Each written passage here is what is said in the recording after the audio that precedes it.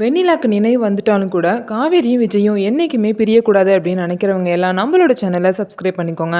மகாநதி அடுத்த வார எபிசோடில் என்ன நடக்க போகுது அப்படிங்கிறத பற்றி பார்க்கலாம். ஏற்கனவே பார்த்தீங்க அப்படின்னா காவேரிக்கு இந்த மாதிரி தலையெல்லாம் அடிபட்டுருக்கும் லைட்டாக. அதனால விஜய் வந்து காவேரியை ஹாஸ்பிட்டல் கூட்டிகிட்டு போய் ட்ரீட்மெண்ட் பார்த்துட்டு அதுக்கப்புறம் வீட்டுக்கு கூட்டிகிட்டு போவார்.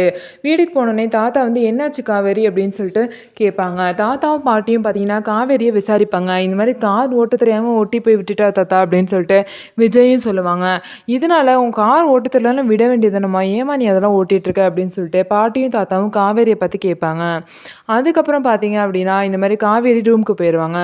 இதுக்கப்புறம் காவேரியோட அம்மா வந்து இந்த மாதிரி தாத்தாவை வந்து பார்க்க வருவாங்க. காவேரியோட அம்மா வந்து தாத்தாவை பார்த்து என்ன சொல்லுவாங்க அப்படின்னா, இந்த மாதிரி நாங்கள் வேற ஒரு வாடகை வீடு வந்து மாற்றலான் இருக்கோம் அப்படின்னு சொல்லுவாங்க. உடனே தாத்தாவும் என்னாச்சுமா, என்ன பிரச்சனை, ஏன் இந்த மாதிரிலாம் பேசுறீங்க அப்படின்னு சொல்லிட்டு தாத்தா வந்து கேட்பாங்க. அந்த நேரம் பார்த்து விஜயும் அங்கே வருவார். என்னாச்சு ஏன், என்ன பிரச்சனை, ஏதாவது பிரச்சனைனா என்கிட்ட சொல்ல வேண்டியதுனே, நீங்க எதுக்கு வீடு மாத்திரம் அப்படிலாம் பேசிட்டு இருக்கீங்க அப்படின்னு சொல்லிட்டு விஜய் வந்து கேட்பாரு. இதுக்கப்புறம் காவேரியோட அம்மா வந்து விஜய் கிட்ட பிரச்சனை எல்லாம் ஒண்ணுமே இல்லை தம்பி, வீடெல்லாம் சரிதான், நாங்களாம் இருந்துப்போம், ஆனா வந்து கங்காவும் குமரனும் பார்த்தீங்கன்னா உட்காந்து பேசுறதுக்கு கூட ஒரு தனியா ஒரு ரூம் இல்லை, அதனால தான் வந்து வீடு மாத்திரம் நினைக்கிறோம், மற்றபடி எங்களுக்குலாம் ஒன்றும் பிரச்சனைலாம் ஒன்றும் இல்லை அப்படின்னு சொல்லிட்டு காவேரியோட அம்மா வந்து விஜய் கிட்டையும் தாத்தா கிட்டையும் சொல்லுவாங்க.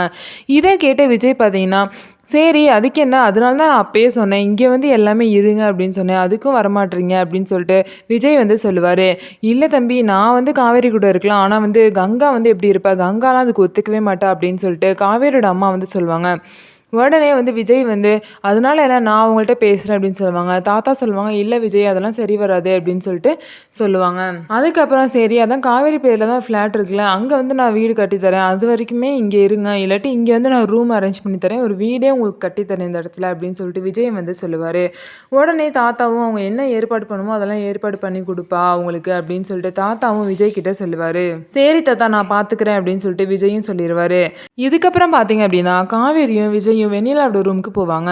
அங்கே பார்த்தீங்கன்னா வெண்ணிலா வந்து உட்காந்துருப்பாங்க. அவங்க வந்து பழசெல்லாம் கொஞ்சம் ஞாபகம் வந்த மாதிரி விஜயை பார்த்து விஜய் அப்படின்னு சொல்லிட்டு பேசுவாங்க.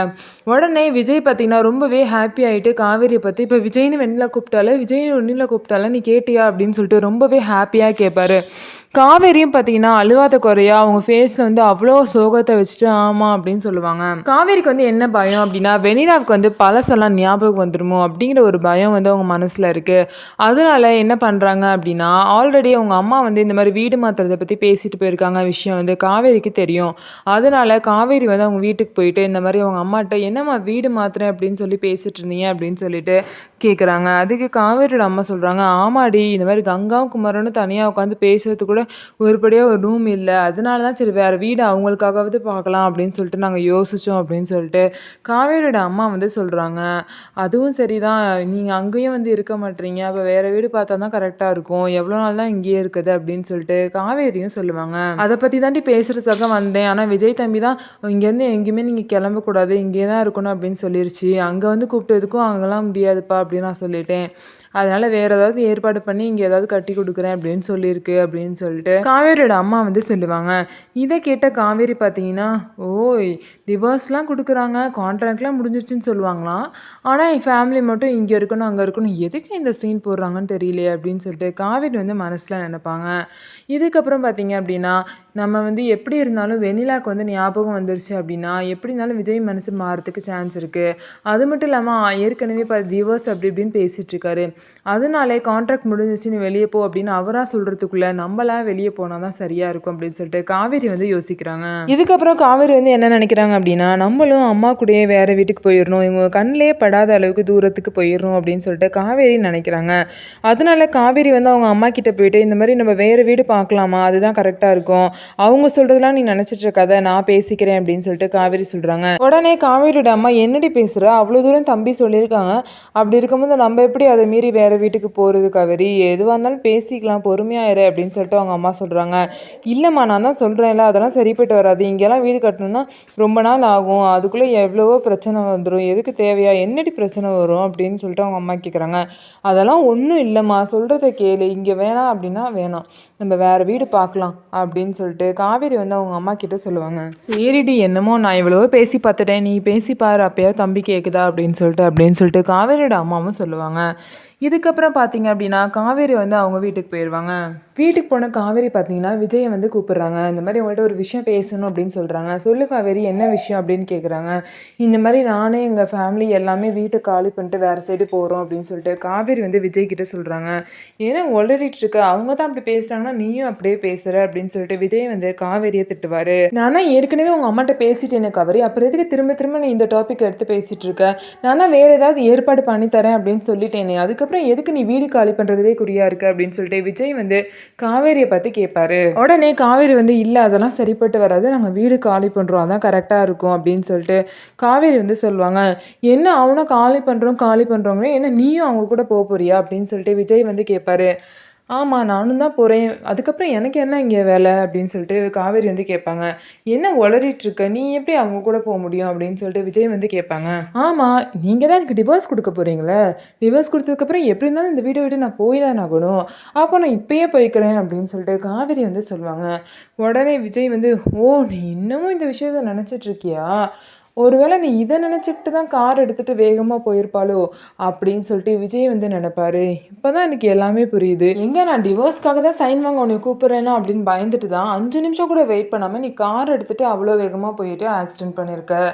அதனால தான் இப்போ நீ வீட்டையும் காலி பண்ணுறேன்னு சொல்கிறியா? சரி சரி, அப்போ கேமை இன்னும் கொஞ்சம் கண்டினியூ பண்ண வேண்டியதான் அப்படின்னு விஜய் நினச்சிக்கிட்டு, சரி நீ சொல்கிறதும் சரிதான் காவேரி, ஆமாம் டிவோர்ஸ்க்கு அப்புறம் எப்படினாலும் இந்த வீட்டில் நீ இருக்க முடியாது, அதனால் இப்போ போகணுன்னு நினைக்கிற, அது எனக்கு எல்லாமே புரியுது, ஆனால் நீ இப்போ போனீன்னா வீட்டில் எல்லாருக்கும் டவுட் வந்துடும்ல, சட்டப்படி நம்ம டிவோர்ஸ் வாங்கினதுக்கப்புறம் இந்த வீட்டிலேருந்து நீ போய்க்கோ, அப்போ தான் யாருக்கும் எந்த சந்தேகமும் வராது அப்படின்னு சொல்லிட்டு விஜய் வந்து சொல்லுவாங்க. இதை கேட்ட காவேரி பார்த்தீங்கன்னா விஜய் வந்து ரொம்பவே முறைப்பாங்க. அது மட்டும் இல்லாமல் மனசில் வந்து ரொம்பவே இதை நினச்சி கஷ்டப்படுவாங்க. அப்போ உண்மையிலேயே நம்மளை வந்து விஜய் வந்து டிவோர்ஸ் பண்ண போகிறாரு போல், அதுக்காக தான் டாக்குமெண்ட்ஸ்லாம் சைன் வாங்கியிருக்காரு, இப்போ தான் அது கன்ஃபார்ம் ஆகுது அப்படின்னு சொல்லிட்டு காவேரி வந்து நினைப்பாங்க. இதுக்கப்புறம் பார்த்தீங்கன்னா காவேரி வந்து விஜய் கிட்ட, இல்லை நான் இப்போயே கிளம்புறேன் அப்படின்னு சொல்லுவாங்க. சொன்னால் கேளு காவேரி, இப்போ நீ கிளம்புனா தேவையில்லாத பிரச்சனை வரும், தேவையில்லாத பிரச்சனையை கொண்டு வராது, இவ்வளோ நாள் வெயிட் பண்ணிடல, இன்னும் கொஞ்ச நாள் தானே வெயிட் பண்ணு, இன்னும் மிஞ்சி போனால் என்ன ஒரு வாரம் இல்லை 2 வாரத்துக்குள்ளே டிவோர்ஸ் கண்டிப்பாக நமக்கு கிடச்சிரும், அதுக்கப்புறம் நீ எங்கே வேணாலும் போய்க்கோ, யாரும் உன்னை கேட்க மாட்டாங்க அப்படின்னு சொல்லிட்டு விஜய் சொல்வார். இதை கேட்ட காவேரிக்கு பார்த்தீங்கன்னா இன்னும் வந்து ஷாக்காக இருக்குது. இன்னும் அவ்வளோ நாள் தானா, அதுக்குள்ளே டிவோர்ஸ்க்கு வந்துருமா அந்த மாதிரிலாம் சொல்லி ரொம்பவே பயப்படுறாங்க. பயந்து அழுகிற மாதிரி ஆயிடுறாங்க. என்னை விட்டுட்டா இருப்பேன் ஜாலியாக அப்படின்னு சொன்னேன், இப்போ தெரியுதா நல்லா வலிக்குதா அப்படின்னு சொல்லிட்டு விஜய் பார்த்தீங்கன்னா மனசில் நினைப்பாரு. இதுக்கப்புறம் பார்த்தீங்க அப்படின்னா காவேரி வந்து சோகமாக அவங்க ரூமுக்கு போயிடுவாங்க. ஸோ அதனால் ஃப்யூச்சரில் வந்து வெண்ணிலாவுக்கு கண்டிப்பாக ஞாபகம் வந்துடும். வெண்ணிலாவுக்கு ஞாபகம் வந்தாலுமே கூட விஜய் வந்து காவேரி மேலே வச்சுருக்க லவ் வந்து குறையாமல் இருக்கணும், காவேரி விஜய் மட்டும்தான் எப்பயும் சேரணும் அப்படிங்கிறது தான் எல்லாத்தோட ஆசை. ஸோ இதே மாதிரி நடக்குதா அப்படிங்கிறத அடுத்த வார எபிசோடில் பார்ப்போம். ஸோ நம்ம வீடியோ உங்களுக்கு பிடிச்சிருந்தா நம்ம வீடியோவை லைக் பண்ணிக்கோங்க, அதுக்கப்புறம் நம்மளோட சேனலை சப்ஸ்கிரைப் பண்ணிக்கோங்க. இந்த மாதிரி இன்ட்ரெஸ்டான அப்டேட்ஸை நீங்கள் தெரிஞ்சுக்கணும் அப்படின்னா மறக்காமல் நம்ம சேனலை சப்ஸ்கிரைப் பண்ணிக்கோங்க.